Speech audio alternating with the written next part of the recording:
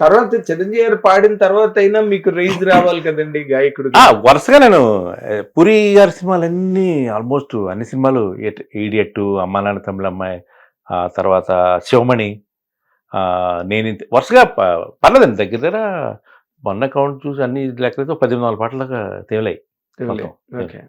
కాకపోతే ఏంటంటే సార్, ఈ సోషల్ మీడియా ఇప్పుడున్నంత పవర్ఫుల్ గా అప్పుడు లేదు. ఇప్పుడు బాలు గారు కూడా 45,000 సార్, అందులో మనకి అన్ని తెలియదు కదా సార్. అది మ్యాక్స్ మనకు తెలిసింది తమిళ్, ఎగ్జాక్ట్లీ.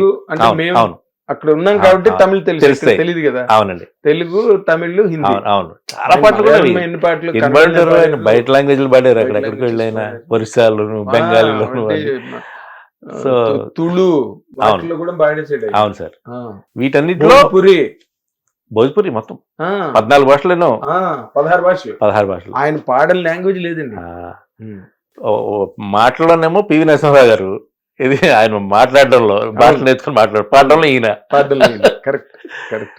అదే దాని నుంచి మీకు సరి అయిన ఫోకస్, ఒక మెయిన్ సింగర్ గా ఒక రేంజ్ వచ్చి బాలుగారిలా రావాలి మీకు. యాక్చువల్ గా మాట్లాడాలంటే పాడినవన్నీ మంచి సాంగ్స్ ఇస్తారు, అన్ని సూపర్ హిట్ అయ్యింది. దేశముద్రలో పాట కూడా చాలా. నాకు ఇప్పటికి బాధగా ఇచ్చే విషయం ఏంటంటే, రిపీట్ అవ్వాలా మళ్ళా నేను చాలా చోట్ల రిపీట్ అవ్వలేదు. ఎందుకు అవ్వలేదు అనేది నాకు ఇప్పటికీ అర్థం కాలేదు.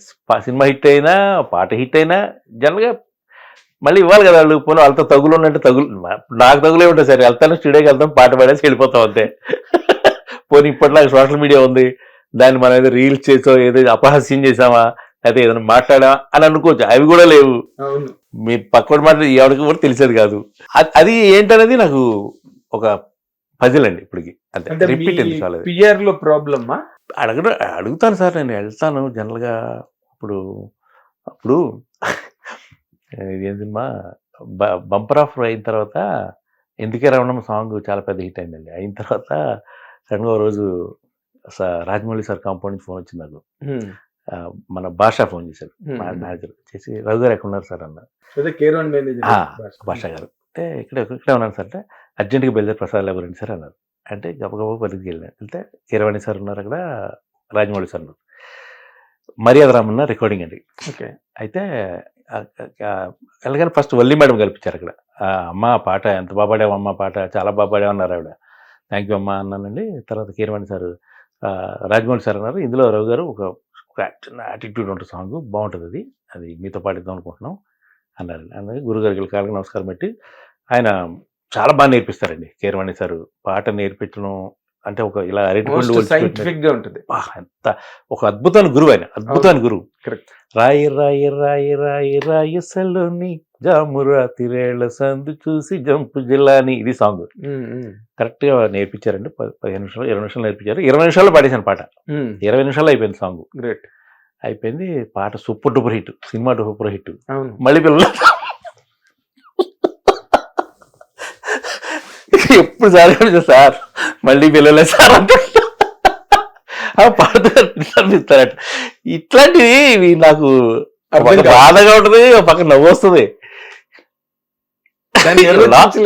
అదే ఎప్పుడు కనిపించి ఇప్పటికి అడుగుతూనే ఉంటారు, కీరవాణి సార్ ఎక్కడ కనిపించే అడుగుతా ఉంటాయండి. అదే నేను ఇప్పుడు మీరు 1500 పాటలు పాడి, చిరంజీవి గారికి పాడి, ఈడియట్ లాంటి సినిమాకి మ్యూజిక్ కూడా చేసి సార్ ఇంత చేశారు కదా, మీకు ఒక ఇండిపెండెంట్ స్టేటస్ హైదరాబాద్ బాలసుబ్రహ్మణ్యం అన్నట్టుగా మీరు తయారైపోవలసినంత సరుకు ఉంది మీ దగ్గర.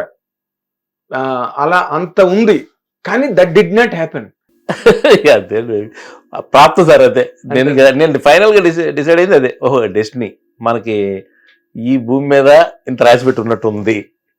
ఓకే, అలాగని గివ్ అప్ లేదండి. స్టిల్ ఈ రోజుకి నా ప్రయత్నం చేస్తూనే ఉంటాను సార్. అయ్యో ఆల్మోస్ట్ ఈ మధ్య కూడా మొన్న సాంగ్ నక్లీస్ గోల్స్ పలాసా సినిమాలో, అది ఆల్మోస్ట్ నాకు తెలిసి డిజిటల్ లోనే 1 బిలియన్ దాటింది సార్. 1 బిలియన్, అది అంత పెద్ద హిట్ అయిన సాంగ్. అది నేను పాడిందే. మరి ఇది మరీ చోద్యం. ఇప్పుడంటే సోషల్ మీడియా వచ్చి అందులో 1 బిలియన్ వచ్చిన తర్వాత మీరు మళ్ళీ ఎంతసేపు కూర్చొని ఇంటర్వ్యూ ఇవ్వడం అంటే మీరు అంత బిజీ అయినా నాకు ఇస్తారు ఇంటర్వ్యూ, అది వేరే విషయం సార్. అంటే మాట వరుసకి చెప్తున్నా. అదే అదే అదే. ఏంటి వాటి మీకు కనిపించిన మెకానిజం లో ప్రాబ్లం ఎక్కడ జరుగుతుంది? అదే అర్థం కాదు సార్. నేను మళ్ళీ అందరిని అడుగుతాను సార్. నేను ఇప్పటికి ఒక చిన్న చిన్న మ్యూజిక్ డైరెక్టర్ ఇందాక మీరు పొద్దున్న చూసారు మన మన సినిమా కుర్రాడు. అబ్బాయి, తను కూడా అడిగా, తమ్ముడు మంచి పాట పాడుతుంది మ్యూజిక్ లో అని చెప్పి, అయ్యో అన్న భలేవరే అని అన్నాడు. అది తను అంటే కానీ పిలుస్తాడో లేదో అది వేరే విషయం, తర్వాత వేరే విషయం. ఆ అబ్బాయి అడుగుతాండి, అది తప్పేం సార్. ఇప్పుడు అడగంది అమ్మాయిని అన్నం పెట్టదు. 100%. ఆ, కానీ మన- పూరి గారు కొంచెం పక్కకి వెళ్ళిన తర్వాత ఆ, అది కూడా కొంచెం పూరిగా అంటే పెద్ద కొంచెం కొంతవరకు బాగా లాక్కొచ్చేవాడు నన్ను. యాక్చువల్ మ్యూజిక్ డైరెక్టర్ కూడా చేసింది కూడా తనే కదా సార్. బంపర్ ఆఫర్ సినిమా ఇచ్చాడు, దేవుడు చేసినట్టు రవితేజ సినిమా ఇచ్చాడు, అవి కూడా మ్యూజికల్ హిట్ అది సినిమా. ఓకే, తనుంటే కొంచెం సపోర్టివ్గా ఉండేది. తను ఇంకా బాంబే వెళ్ళిపోవడం కొంచెం ఇంకా అవుట్ ఆఫ్ ద బాక్స్ అయిపోయింది నాకు. టోటల్ అవును, deviate out of the box అయ్యాడు. అయిపోయింది. ఎందుకంటే తనొక్కడే దానికి ఇవ్వాలంటే ఇవ్వగలుగుతాడు అంతే. ఓన్ చేసుకున్నాడు అంతే. మళ్ళీ ఆయన. అదిని చేరా అంటాడు చాలా సింపుల్ గా ఒకటే మాట, చేస్తావా వెళ్ళి ఈ సినిమాకి మ్యూజిక్ చేస్తావా, చేసే అంత ఈజీగా చెప్పగలుగుతారు సార్. చాలా మంది అయితే ఆలోచిస్తారు, అది డిస్కస్ భయపడతారు. చేయాలంటారు, వాళ్ళతో మాట్లాడాలి, వాడెవడో మళ్ళా trending లో ఉన్నవాడిని పట్టుకొని పట్టుకుంటారు, మళ్ళీ హీరో ఏమంటాడో అని ఆలోచిస్తారు, ప్రొడ్యూసర్ ఏమంటాడో ఆలోచిస్తారు. కానీ ఏమీ ఆలోచించుకుంటే అవకాశాలు ఇచ్చేది అతను ఒకటే నాకు తెలిసి. అంత అవును, ధైర్యంగా. మీకు ట్రావెల్ అలాంటిది. అంటే అప్పుడు మెడ్రాస్ లో ఎలాగైతే ఒక బాలు గారు భారతీ రాజా, సార్, ఓ బాలు గారు ఇళయరాజా, exactly. ఓ బాలు గారు చక్రవర్తి, అవును సార్. ఎలా అయితే బిగినింగ్ డేస్ అవును, చక్రవర్తి అవును. డబ్బింగ్ చెప్పుకుని తిరిగాడు కదా ఆయన. అవునట్టు కదండి. సో అప్పారావు గారు, అప్పరావు, అప్పారావు గారు. కొమ్మినేని అప్పరావు, మరి బాలు గారే నువ్వు మ్యూజిక్ డైరెక్టర్ అవ్వు ఉమ్. అని చెప్పి పట్టుకున్న వాళ్ళల్లో బాలు గారు కూడా ఒకళ్ళు. అండ్ భారతీ రాజా గారు ఆయన పెట్రోల్ బంక్ లో పనిచేసినప్పటి నుంచి బాలు గారికి డ్రైవర్ గా ప్రోగ్రామ్స్ కి వెళ్ళడానికి, ఇళయరాజా అయితే ఇంక బాలు గారు ఆర్కెస్ట్రాలో గిటార్ వాయించారు కదండి, హార్మోనిస్ట్. అదే మన ఫోటో చూసాను బ్లాక్ అండ్ వైట్ తోటి, ఆయన హార్మోన్ వేస్తున్నాడు ఆయన, అవును. ఇళయరాజా గారు. ఇక్కడ మన ఏజీ ఆఫీస్ లో ఒక ఆవిడ స్టేజ్ మీద పాటలు పాడుతుండేవారు ఆవిడ. సార్ ఆవిడ దగ్గర ఆల్బమ్ ఆవిడ బాలు గారితో పాడుతున్న దానిలో ఇళయరాజా సాయిదేవ్ గారు అండి, సాయిదేవ్ గారు, సాయిదేవ్ గారు. బ్లాక్ గా ఉంటారు ఆవిడ. అవును అవును. ఆవిడ ఇంట్లో ఆల్బమ్ లో చూశాను నేను. ఆ, ఇది ఇళయరాజా కుర్చీలో కూర్చుని హార్మోని వాయిస్తున్నది, ఆ, బాలు గారు ఆవిడ పక్క పక్కన నిలబడి ఓ. పాడుతూ. ఓకే అండి. సో వాళ్ళ జర్నీలో వాళ్ళ ఫ్రెండ్షిప్స్ కెరీర్లకి బాగా హెల్ప్ అయ్యాయి. హెల్ప్ అయింది నాకు.